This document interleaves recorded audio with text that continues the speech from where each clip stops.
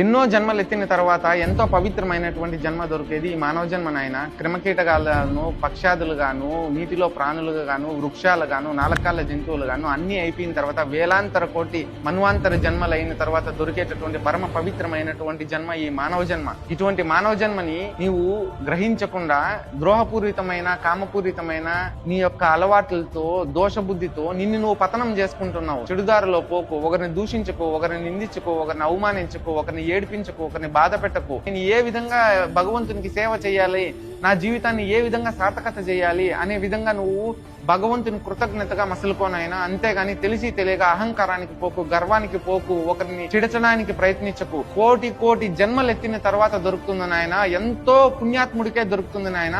ఆ జన్మములో పాపాలు చేస్తే మళ్ళీ ఇంకో జన్మ మానవ జన్మ ఎత్తి మళ్ళీ లేనిపోని బాధలు పడతాను నాయన. అధర్మంలో నడవకండి, ధర్మ మార్గాన నడవండి, సత్య మార్గాన నడపండి.